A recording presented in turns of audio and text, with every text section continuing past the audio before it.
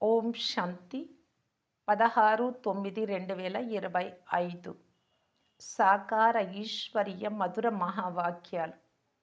మధురమైన పిల్లలారా, మీరు ఆత్మిక మార్గదర్శకులు. మీరందరికీ శాంతి ధామానికి, అమరపురానికి దారి తెలపాలి. ప్రశ్న: పిల్లలైన మీకు ఏ నశ ఉంది? దాని ఆధారముతో ఏ మాటలు అందరికీ నిశ్చయంగా నమ్మకంగా చెప్తారు? జవాబు: పిల్లలైన మీకు ఒకటి, మేము తండ్రిని స్మృతి చేసి జన్మ జన్మాంతరాలకు పవిత్రంగా అవుతాము అనే నషతో చెబుతారు ఇతరులకు కూడా.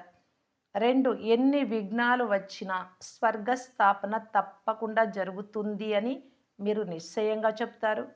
మూడు, నూతన ప్రపంచ స్థాపన, పాత ప్రపంచ వినాశనం అయ్యే తీరాలి. ఇది తయారు చేయబడినటువంటి డ్రామా.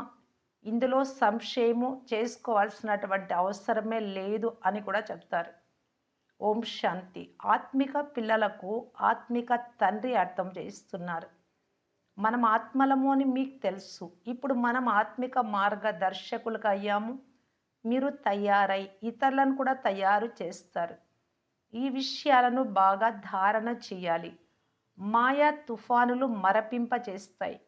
ప్రతిరోజు ఉదయము సాయంకాలము ఈ అమూల్య రత్నాలు అమూల్య జీవితం కొరకు ఆత్మిక తండ్రి నుండి లభిస్తున్నాయి అని విచార సాగర మతనం చేస్తూ ఉండాలి. ఆత్మిక తండ్రి అర్థం చేస్తున్నారు. పిల్లలు, మీరు ఇప్పుడు ఆత్మిక మార్గదర్శకులు లేక పండాలు. మీరు ముక్తి ధామానికి దారి చూపిస్తారు. ఇది అమరపురానికి వెళ్ళేందుకు సత్యమైన అమర్ కథ. అమరపురిలోకి వెళ్ళేందుకు మీరు పవిత్రంగా అవుతున్నారు. అపవిత్ర భ్రష్టాచారి ఆత్మ అమరపురంలోకి ఎలా వెళ్తుంది? మనుషులు అమరనాథ్ యాత్రకు వెళ్తారు. స్వర్గాన్ని కూడా అమరనాథపురం అని అంటారు. అమరనాథుడు ఒక్కరే ఉండరు. ఆత్మలైన మీరంతా అమరపురానికి వెళ్తున్నారు. అది ఆత్మల పురమైన అమరపురమైన పరంధామం. తర్వాత ఇంకొక అమరపురం అంటే స్వర్గంలోకి శరీరంతో పాటు ఉంటారు. అంటే ఆత్మ వస్తుంది శరీరాలలోకి. అచ్చటికి ఎవరు తీసుకెళ్తారు పరంధామానికి? పరంపిత పరమాత్మ ఆత్మలందరినీ తీసుకెళ్తారు. దానిని అమరపురము అని కూడా అంటారు. కానీ సరి అయిన పేరు శాంతిధామం. అచ్చటికి అందరూ వెళ్ళాల్సిందే. డ్రామాలో రచింపబడింది మారనే మారదు. ఇది బుద్ధిలో బాగా ధారణ చేయండి. మొట్టమొదట స్వయాన్ని ఆత్మగా భావించండి. పరంపిత పరమాత్మ కూడా ఆత్మనే. అయితే వారిని మాత్రమే పరమపిత పరమాత్మ అని అంటారు. వారు మనకు అర్థం చేయిస్తున్నారు. వారు ఒక్కరే జ్ఞాన సాగరులు, పవిత్రతా సాగరులు.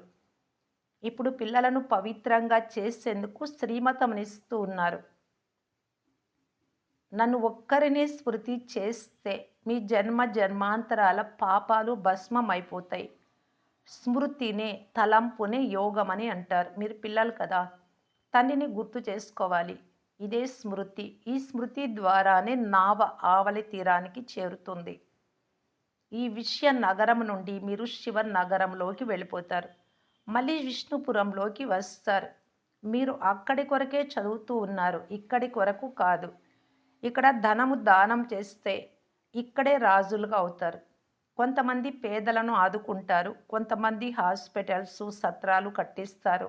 కొంతమంది ధనం దానం చేస్తారు. ఉదాహరణకు సింధులో మూలచంద్ ఉండేవాడు. అతను పేదల వద్దకు వెళ్ళి ధనం దానం చేసేవాడు. పేదలను చాలా ఆదుకునేవాడు. ఇటువంటి దానులు చాలామంది ఉంటారు. ఉదయమే పిడికెడు బియ్యం పేదలకు దానం చేస్తారు. ఈ రోజులలో చాలా మోసాలు జరుగుతూ ఉన్నాయి. అయితే పాత్ర నెరిగి దానం చేయాలి. ఎవరంటే వారికి చేయరాదు. ఆ తెలివి ఎవ్వరికీ లేదు. బయట అడుక్కునేవారు కూర్చొని ఉంటారు. వారికి దానం చేయడం దానం కాదు, ఇది వారికి వ్యాపారం. నిజమైన పేదలకు దానం చేసేవారు మంచి పదవి పొందుతారు. ఇప్పుడు మీరందరూ ఆత్మిక మార్గదర్శకులు. మీరు ప్రదర్శిని లేక మ్యూజియం తెరిస్తే దానికి స్వర్గానికి గైడు లేక నూతన విశ్వ రాజధానికి గైడ్ అని పేరు పెడితే అందరికీ తెలుస్తుంది. కానీ మనుషులు కొంచెం కూడా అర్థం చేసుకోరు. ఇది ముళ్ళ అడవి. స్వర్గము పుష్పాల తోట. అక్కడ దేవతలుంటారు. పిల్లలైన మీకు మేము తండ్రిని స్మృతి చేసి జన్మ జన్మాంతరాలకు పవిత్రమవుతాము అనే నష ఉండాలి. ఎన్ని విఘ్నాలు వచ్చినా స్వర్గస్థాపన తప్పకుండా జరుగుతుంది అని మీకు తెలుసు. నూతన ప్రపంచ స్థాపన, పాత ప్రపంచ వినాశనం జరిగే తీరాలి. ఇది తయారు చేయబడిన డ్రామా. ఇందులో సంశయించాల్సిన మాటే లేదు. కొంచెం కూడా సంశయం ఉండరాదు. అందరూ తండ్రినే పతిత పావన అని అంటారు. ఇంగ్లీష్‌లో కూడా వచ్చి దుఃఖము నుండి ముక్తి చెయ్యండి అంటారు. దుఃఖానికి కారణం పంచవికారాలు. స్వర్గము నిర్వికార ప్రపంచం, దానిని సుఖధామం అని అంటారు. ఇప్పుడు పిల్లలైన మీరు స్వర్గంలోకి వెళ్ళాలి. స్వర్గం పైన ఉంది అని మనుషులు భావిస్తారు. ముక్తిధామం మాత్రమే పైన ఉంది అని వారికి తెలియదు. జీవన్ముక్తి కొరకు ఇక్కడికి రావాల్సి ఉంటుంది. ఈ విషయాలు తండ్రి మీకు అర్థం చేయిస్తున్నారు. వాటిని మీరు బాగా ధారణ చేసుకొని జ్ఞానాన్ని విచార సాగరం మథనం చేస్తూ ఉండాలి. విద్యార్థులు కూడా తమ ఇంట్లో ఈ పరీక్ష వ్రాయాలి, ఈరోజు ఈ పని చెయ్యాలి అని అనుకుంటూ ఉంటారు. అలా పిల్లలైన మీరు కూడా మీ కళ్యాణం కొరకు ఆత్మను సతో ప్రధానంగా చేసుకోవాలి. పవిత్రంగా ఈ ముక్తిధామానికి వెళ్ళాలి. జ్ఞానము ద్వారా మళ్ళీ దేవతలుగా అవుతారు. మేము లాయర్‌గా అవుతాము, గవర్నర్‌గా అవుతాము. ఇలా ఆత్మనే అంటుంది కదా! ఆత్మ శరీరము జతలో అలా అవుతుంది. శరీరము నాశనం అవుతూనే మళ్ళీ నూతనంగా చదవాల్సి వస్తుంది నెక్స్ట్ జన్మకు. విశ్వానికి యజమానిగా అయ్యేందుకు ఆత్మనే పురుషార్థము చేస్తుంది. తండ్రి అంటున్నారు, నేను ఆత్మ అని పక్కాగా గుర్తుంచుకోండి. దేవతలకైతే ఇలా చెప్పాల్సిన అవసరం ఉండదు. స్మృతి చేయాల్సిన పని ఉండదు. అక్కడ సహజంగా ఆత్మ అభిమాని స్థితిలో ఉంటారు. వారు పావనంగా ఉంటారు. వారు ఇక్కడి ప్రాలబ్ధాన్ని అక్కడ అనుభవిస్తారు. ఇక్కడ చేసిన పురుషార్థానికి ప్రాలబ్ధాన్ని. తండ్రిని స్మృతి చేయడానికి అక్కడ వారు పతితులు కాదు. ఆత్మలైన మీరు పతితంగా ఉన్నారు ఇక్కడ. కనుక తండ్రిని స్మృతి చెయ్యాలి. దేవతలు స్మృతి చేయాల్సిన అవసరం లేదు. ఇది డ్రామా. ఇందులో ఏ ఒక్క రోజు కూడా ఇంకొక రోజుతో సమానంగా ఉండదు. ఈ డ్రామా నడుస్తూనే ఉంటుంది. ఒక రోజులోని పాత్ర కూడా సెకండ్ తర్వాత సెకండ్ మారుతూనే ఉంటుంది. అది వెంటనే షూటింగ్ అవుతూనే ఉంటుంది. అందువలన తండ్రి పిల్లలకు చెప్తున్నారు, ఏ మాటలలోనూ నిరాశ పడకండి, హార్ట్ ఫెయిల్ అవ్వకండి.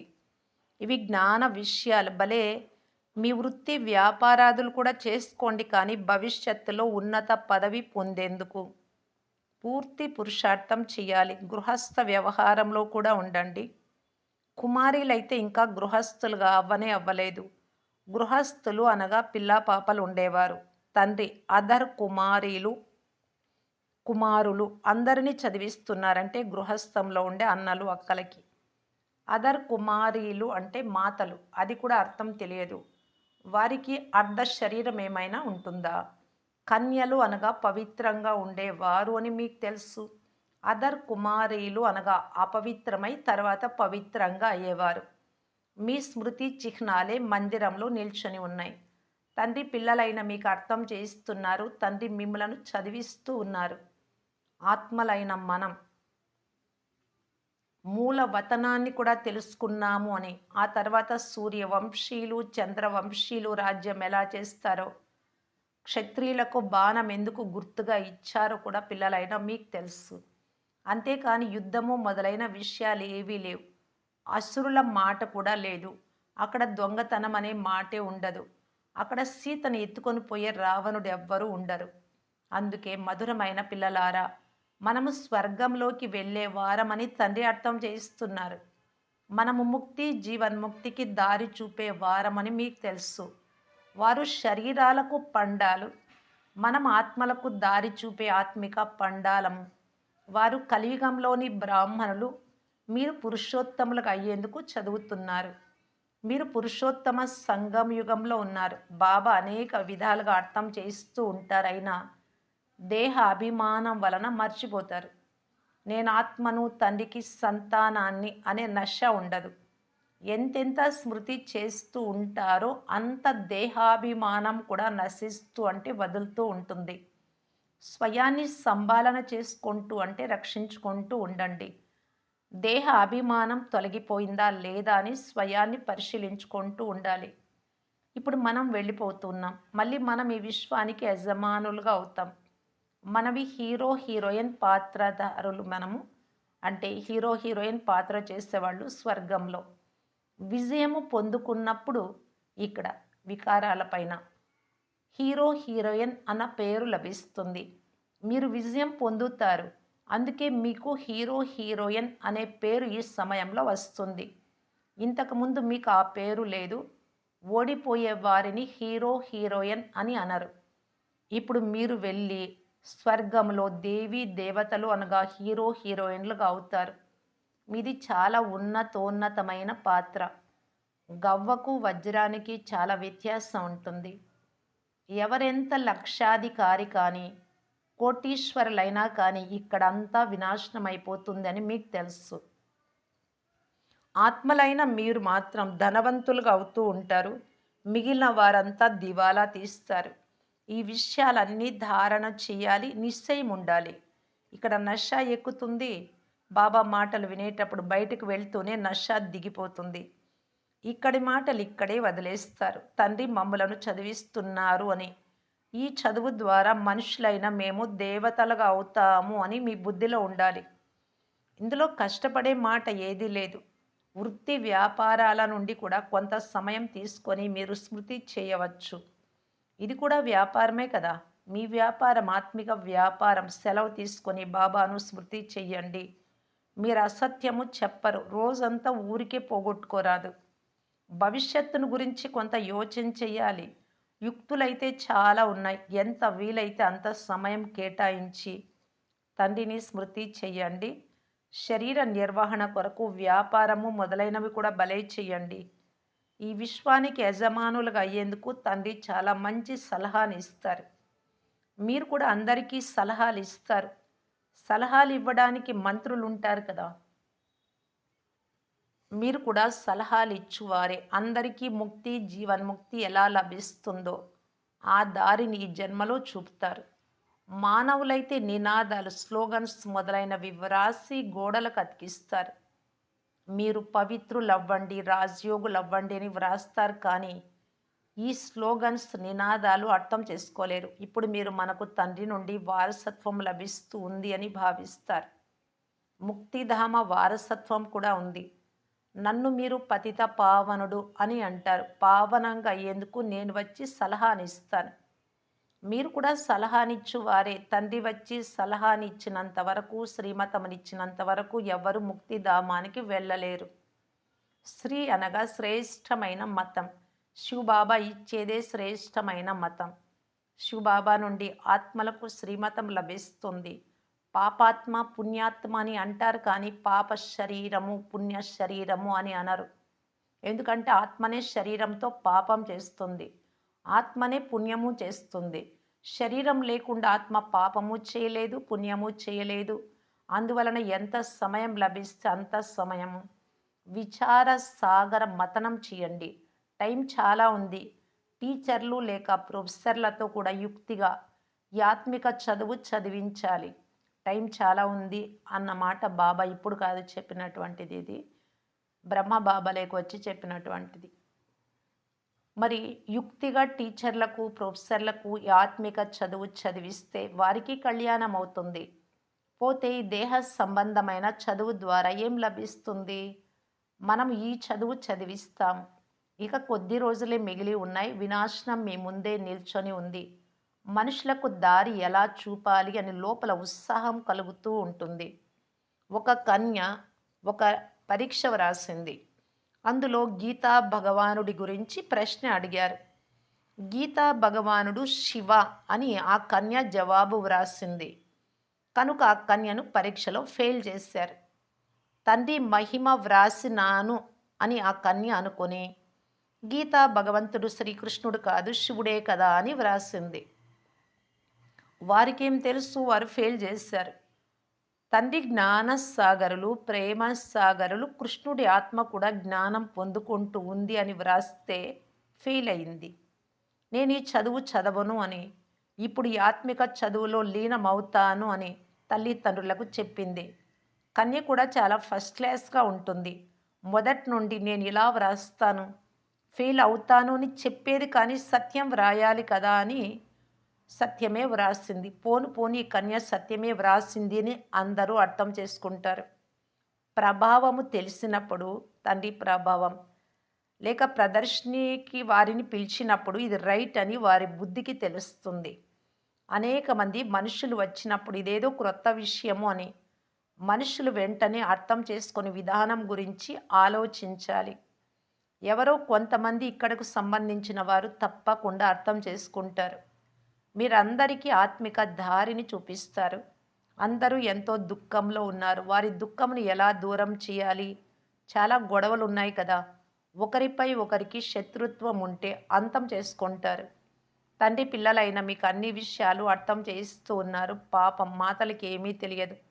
మేం చదువుకోలేదు అని అంటారు. చదవకపోవడమే మంచిదని తండ్రి అంటున్నారు. చదివిన వేద శాస్త్రాలన్నీ ఇక్కడికి వచ్చిన తర్వాత మర్చిపోవాలి. ఇప్పుడు నేను వినిపించేది బాగా వినండి. పరంపిత పరమాత్మ తప్ప ఇతరులెవ్వరూ సద్గతి ఇవ్వలేరు అని అర్థం చేయించాలి. మనుషులకు జ్ఞానమే లేకుంటే సద్గతి ఎలా ఇస్తారు? సద్గతి దాత అయిన జ్ఞానసాగరులు ఒక్కరే. మనుషులు ఇలా చెప్పలేరు. ఇక్కడికి చెందిన వారే అర్థం చేసుకునేందుకు ప్రయత్నిస్తారు. ఎవరైనా ఒక్క పెద్ద మనిషి వచ్చినా శబ్దము చాలా వ్యాపిస్తుంది. పేదవాడైన తులసీదాస్ మాట ఎవరు వినరు అని శాస్త్రాలలో గాయనం కూడా ఉంది. సేవ చేసేందుకు బాబా చాలా యుక్తులు తెలుపుతూ ఉంటారు. పిల్లలు వాటిని అమలులో పెట్టాలి. మంచిది. మధురాతి మధురమైన అపురూపమైన పిల్లలకు మాతాపిత బాప్దాదాల ప్రియ స్మృతులు మరియు గుడ్ మార్నింగ్. ఆత్మిక పిల్లలకు ఆత్మిక తండ్రి నమస్తే. ధారణ కొరకు ముఖ్య సారం. ఫస్ట్ పాయింట్, వ్యాపారాదులు చేసుకుంటూ భవిష్యత్తులో ఉన్నత పదవి పొందేందుకు స్మృతిలో ఉండే పురుషార్థం పూర్తిగా చేయాలి. ఈ డ్రామా సెకండు మారుతూనే ఉంటుంది. అందువలన ఏ దృశ్యం చూసినా హార్ట్ ఫెయిల్ అవ్వరాదు. సెకండ్ పాయింట్, ఈ ఆత్మిక చదువు మీరు చదువుకొని ఇతరులకు చదివించాలి. అందరికీ కళ్యాణం చేయాలి. అందరికీ పవిత్రంగా ఏ సలహాను ఎలా ఇవ్వాలి, అందరికీ ఇంటి దారిని ఎలా చూపాలి అని మీలో ఉత్సాహం ఉండాలి. వరదానము, సర్వ సంబంధాల సహయోగం యొక్క అనుభూతి ద్వారా నిరంతర యోగి సహజ యోగి భవ.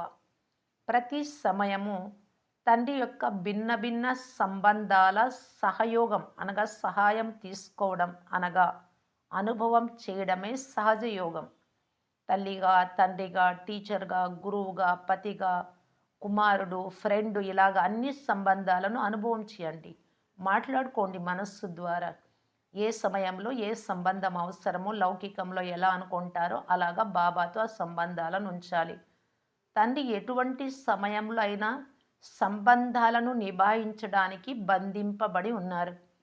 మీరు తండ్రి అనుకుంటూనే తండ్రి రూపంలో బాబా హాజరవుతారు.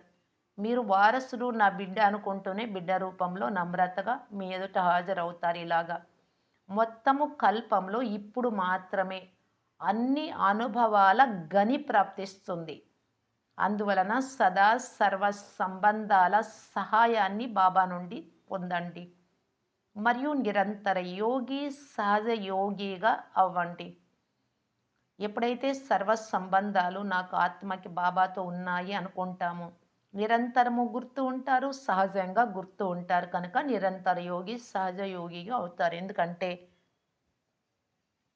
ఎవరైతే సర్వ సంబంధాల అనుభూతిలో లేక ప్రాప్తిలో మగ్నమై ఉంటారో వారు పాత ప్రపంచం యొక్క వాతావరణం నుండి సహజంగానే అతీతంగా అవుతారు. స్లోగన్, సర్వశక్తులతో సంపన్నంగా ఉండడమే బ్రాహ్మణ స్వరూపం యొక్క విశేషత. అవ్యక్త సూచన. ఇప్పుడు లగ్నం అనే అగ్నిని ప్రజ్వలితం చేసి యోగాన్ని జ్వాలారూపంగా చేసుకోవటానికి బాప్దాదా తెలియజేస్తూ ఉన్నారు. తపస్వి మూర్తి అంటే తపస్సు ద్వారా, మన స్మృతి ద్వారా. అంటే తపస్సు కూడా, తపస్సు అంటేనే తపించడం, ఏకాగ్రతతో కూడినటువంటి అభ్యాసం. ఈ తపస్సు ద్వారా శాంతి శక్తి యొక్క కిరణాలు నలువైపులా వ్యాపిస్తూ ఉన్నట్లు మీకు అనుభవం అవ్వాలి.